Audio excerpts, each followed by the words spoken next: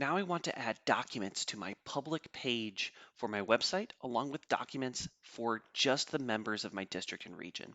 The way I do that is I'll go into my regions where I am a chair, and I will notice here a documents link. This is where all the members of your committee can access documents for your committee only. Only members that are logged in and members of your committee can get to these documents. So I'm going to click in here. If you haven't already, I would create a category. Let's pretend this is all the music for District Honor Band. Go ahead and make that. And now I have basically a folder in my documents where I can dump all of those District Honor Band scores and parts to distribute to the members so that I know everyone who accesses this music is a member of my district. And also at the end of the event, I can take it down without having loose PDFs around. And it's much more secure than emailing parts to everyone. And it's less hassle than making sure that everyone keeps track of that email. But now I want to make a category for public documents. Okay, uh, let's make that a public. It's going to be the exact same folder, but I'm going to put in here, I'm going to manage this.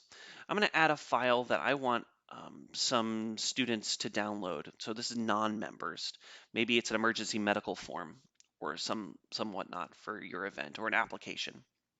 I'm going to pick a random file here out of my downloads, submit it. And if I go back into that public folder once more, you'll notice that there's my test file, and here is a link to that file. I'm going to go ahead and copy this for later because I'll need it for my new page. Go back to my district page. Where do I want to put that download file? I want to put it here in About. Why not? I'm going to go ahead and delete this. That was from before. I want to make my link straight in the middle of the page. So I think I'm going to use this 444 grid. So I just get nice here in the center. And I'm going to go ahead and add an HTML element. And what I could do is just a link to document. Highlight it, make it a link, paste it on in there, and I'm good to go. If I save, when people click on that link, they'll be taken straight to my document. Now, if I want to make sure that that link opens in a new tab, we can just do target and set that to blank. So now when they click on it, save yes. When they click on this link, it's in a new tab. It's kind of nifty. I'm going to go back in here. Say I want to make it a little bit more fancy. I want to grab one of these buttons.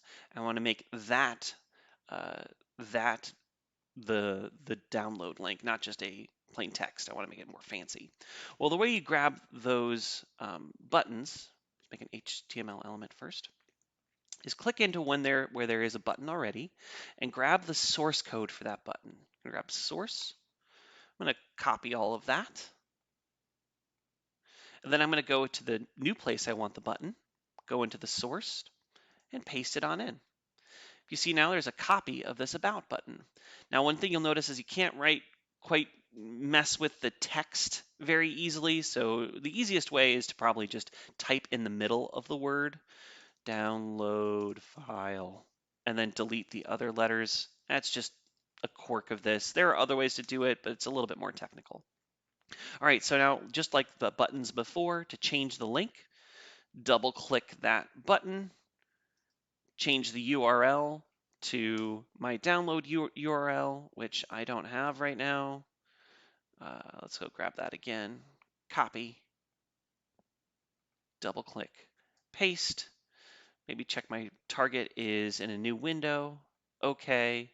Now when I hit save and preview, this download file button opens up. Oops.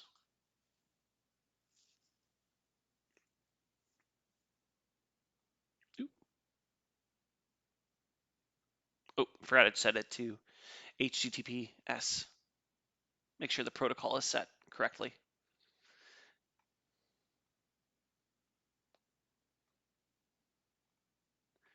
And now it opens in a new tab.